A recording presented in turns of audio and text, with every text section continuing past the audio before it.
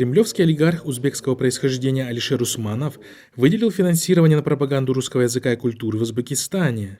При содействии Министерства народного образования Узбекистана и Министерства просвещения России совместно с благотворительным фондом Усманова запустили проект «Класс» ЗУР, направленный на пропаганду русского языка в Узбекистане под предлогом повышения уровня его преподавания. Стороны подписали меморандум о реализации данного проекта. Соответствующий документ подписан 11 октября в Ташкенте в ходе визита российских делегатов. В качестве исполнителя выступает Российский государственный педагогический университет имени Герцена, Институт переподготовки и повышения квалификации руководителей и специалистов системы народного образования имени Авлонии.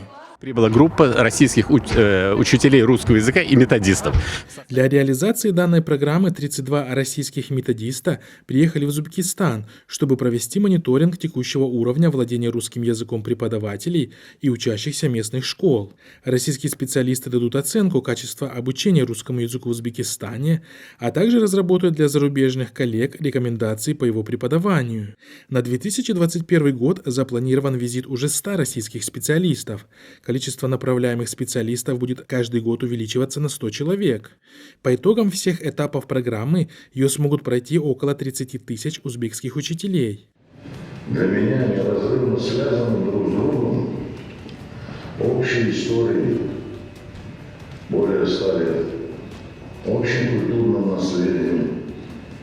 При этом в своем видеообращении Усманов заговорил о некой общей культуре России и Узбекистана. Однако олигарх не уточнил, что именно он считает общим.